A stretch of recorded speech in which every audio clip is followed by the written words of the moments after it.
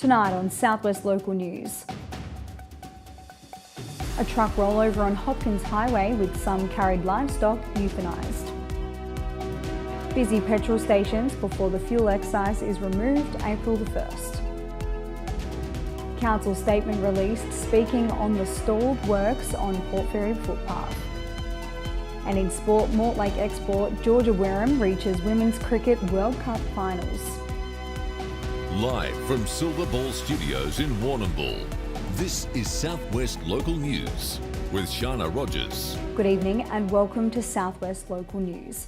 The busy Hopkins Highway closed for a period early this afternoon after a truck rollover around 1 p.m. The truck was carrying cattle and driving from the north before turning right into the highway into Bridge Road. The scene was attended by emergency services. The driver of the truck was taken to hospital with an arm injury. A number of cattle were euthanised at the scene. Police will investigate the cause of the rollover. Members of the community have been lobbying for more safety measures at this corner, considering it is an accident hotspot. It was a busy day for petrol stations across the southwest yesterday, with motorists getting in before the cost of fuel rises. On April the 1st, the federal government removed the fuel excise in reaction to the rising costs of filling up a vehicle due to the war in Iran. Removing the fuel excise equated to a 32 cents a litre saving. This saving has remained for the last 3 months, but the government has reimposed half of the cost, 16 cents per litre from today. The average price of unleaded in Warrnambool before today was 156.0 cents per litre, and that is likely to rise in the coming days as old stock is sold out. Moyne Shire Council has released a statement regarding the stalled works to construct a footpath along Ocean Drive in Port Fairy. Work stopped in the second half of 2024 with the Department of Premier and Cabinet investigating an area of cultural heritage sensitivity. In the statement from Moyne, Deputy Mayor Myra Murrahy said Council continues to undertake regular site inspections of the Ocean Drive works area to maintain safety and presentation. She said Council resolved to discontinue the Ocean Drive footpath project and rehabilitate the entire work zone. Council is working through the approval processes required to undertake works on the site. The state of locally managed sealed roads continues to be high on the list of grievances for ratepayers in the Moyne Shire. Results of the Council Community Satisfaction Survey show a 47% performance rating on Council's work on its sealed road network. This is behind the state satisfaction level in this category, which sits at an average of 54%. Drilling further down, data shows the main concern for 61% of people surveyed on the sealed roads was potholes. Moyne councillors signed off on their 2026-2027 budget on Tuesday, with funding announced for roads. The allocation of $17.1 million for local road and bridge network is part of the budget. I am particularly concerned about the real renewal gap, and especially for our roads and the long-term financial risks that creates. Moyne Shire has approximately 1,630 kilometres of sealed roads on a resealing cycle of around 14 years, and that requires, as mentioned earlier in my question to Mr Arnott, 120 kilometres of resealing per year to maintain the network. We're currently about 30 kilometres a year beneath that. Roads that are not maintained deteriorate faster, thus shifting work from relatively affordable resealing to far more expensive rehabilitation or full reconstruction. And this is not just theoretical. The recent Community Satisfaction Survey shows road condition is a top priority for residents. 61% of respondents nominated potholes on sealed roads as the highest priority for improvement, with poor surface condition also receiving strong concern. Shoulders, safety, drainage and vegetation management were further issues raised. We need to assess where we're going, and if we don't look at our roads, and especially the sealed roads, we'll end up like the Victorian roads. And we've seen what the Labor government's done to our roads. We don't want to go down that path. It was a head back in time for train travellers on the Warrnambool to Melbourne line on Tuesday. Vandalism of the line at Tarneet caused changes with coaches replacing trains on the Geelong line between Lara and Werribee. The Warrnambool train was diverted to go to Melbourne via Werribee. Werribee was once part of the journey from Warrnambool to the state capital, with this route ceasing in 2015. Australian television star Ernie Dingo will headline NAIDOC celebrations for South West Healthcare this year. Dingo has a long list of honours, including being named one of Australia's top 100 national living treasures in 1997. He was named NAIDOC Aboriginal of the Year in 1994 and was awarded an Order of Australia for his contribution to the community. Dingo will be the guest speaker at South West Healthcare's NAIDOC ceremony in Warrnambool on July the 9th. The ceremony will begin at 11 a.m. with a smoking ceremony and a welcome to country by Lee Morgan, and will be held in the Community Health Underground Car Park. Warrnambool's Flagstaff Hill is enjoying a solid start to the winter school holidays. Visiting and local families are making up the bulk of visitors to the maritime and history attraction.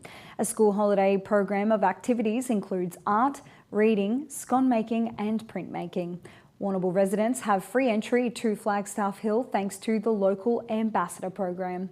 Yeah, it's been great early on in the school holiday period, but yeah, Flagstaff Hill, school holiday activities, things to do for the kids every day, generally 2 to 3 programs, and so far we've had really positive turnout, especially with the locals as well, with the local ambassador program.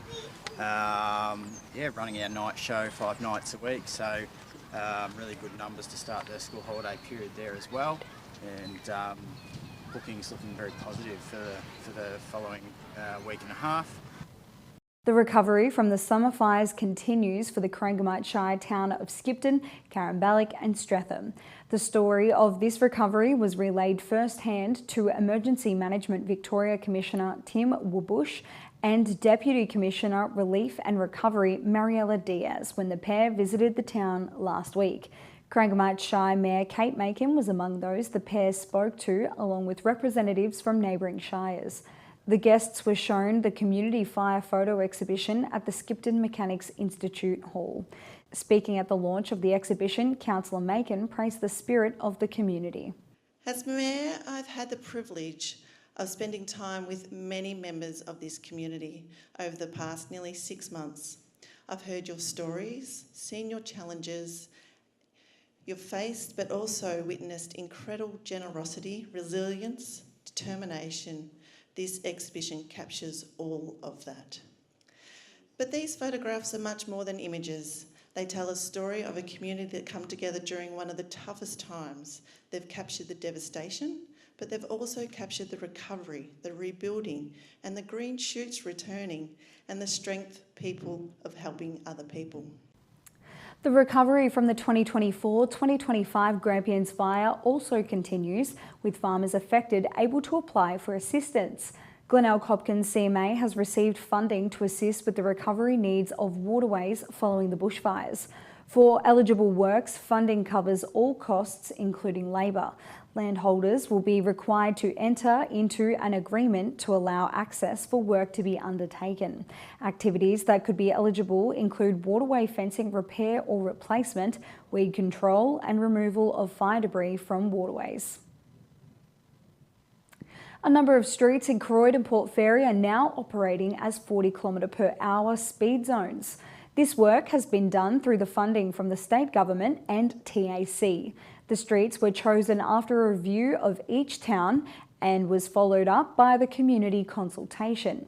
Data over the past decade shows there have been 6 serious injury crashes in the Port Fairy streets where the new speed limits has been installed.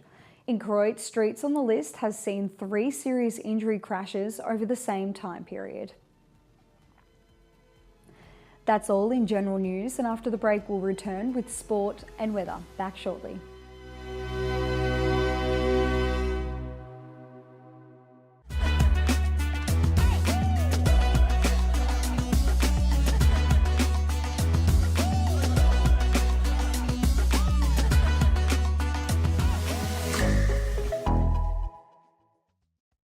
At ASAP Local Plumbing, we know that when it comes to your home or business, you need a team that gets the job done right the first time.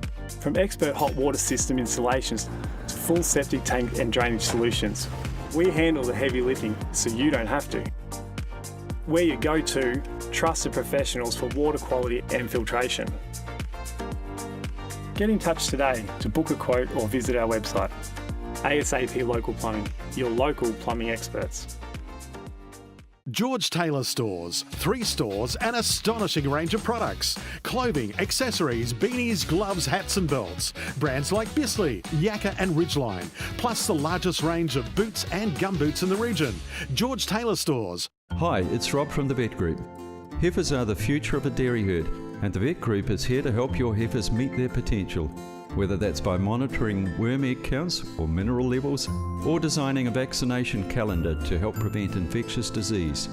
Our techs and vets can make things easier for you on farm by weighing heifers, assisting in synchrony programs, and teat sealing heifers to prevent mastitis at calving. The Vet Group, making herd care easy.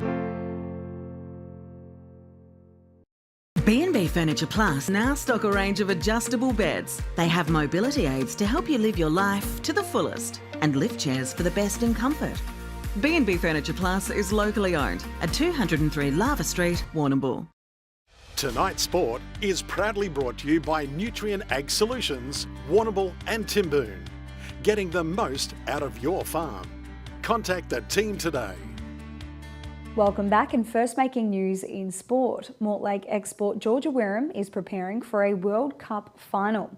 The Australian all-rounder and her teammates have reached the final of the Women's Cricket 2020 World Cup.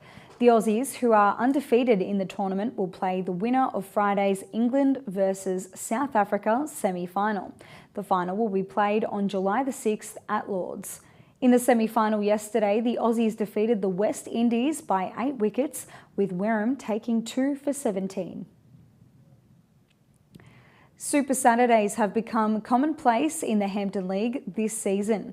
This concept sees clubs play all their junior and senior games on Saturdays. This is catered for by an early start and the senior games ending as twilight fixtures. Most junior football games are still played on Sunday, but discussions continues as to whether they should be all moved to Saturdays in the future. Netball is now all played on Saturday.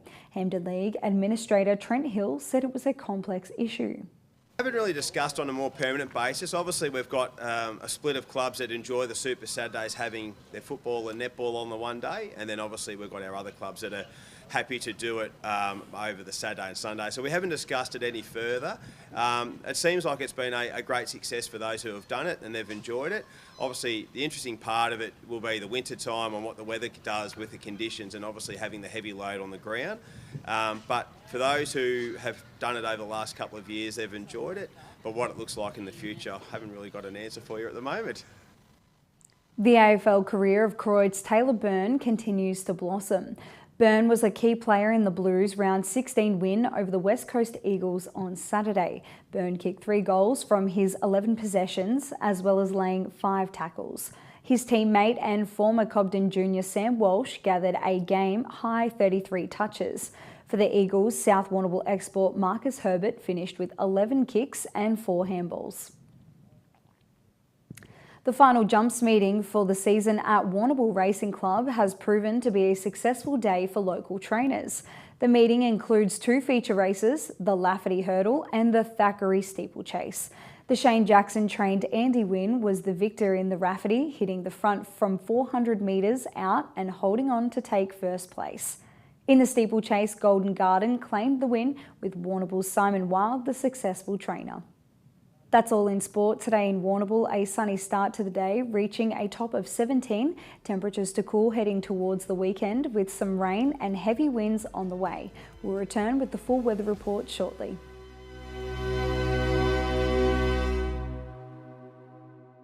Hi, Ben Cunnington here. When it comes to looking after my property, there's one place I trust, Bell's Garden Centre. They stock ride-on mowers from Ferris, Ariens and Country Clipper, plus small power equipment from Victor, Super Swift, Echo, Shindawa and Greenworks. With over 60 years combined servicing experience, they'll keep your gear running right. And it's not just machinery. Bells have everything for your garden, from giftware and pots to bird baths and concrete features. They even deliver anywhere across the southwest. So if you want the best for your yard, head to Bell's Garden Centre. They've got you covered. Through the race and out onto the arena, here is the toss. Tom gets the first possession, quick pass to Brett, drops the sitter, play on down the corridor, a cracking effort by Sam. Down the line to Tim with a sizzler, a turnover from Michael. Rachel gets it back, a chip kick to Charlotte, shakes off the tackle, back down the line to Sam, stacks on the mill, but he gets it out to Brett, he spins and bags a goal. Kerman's Hamburgers for the win, a fan favourite since 49.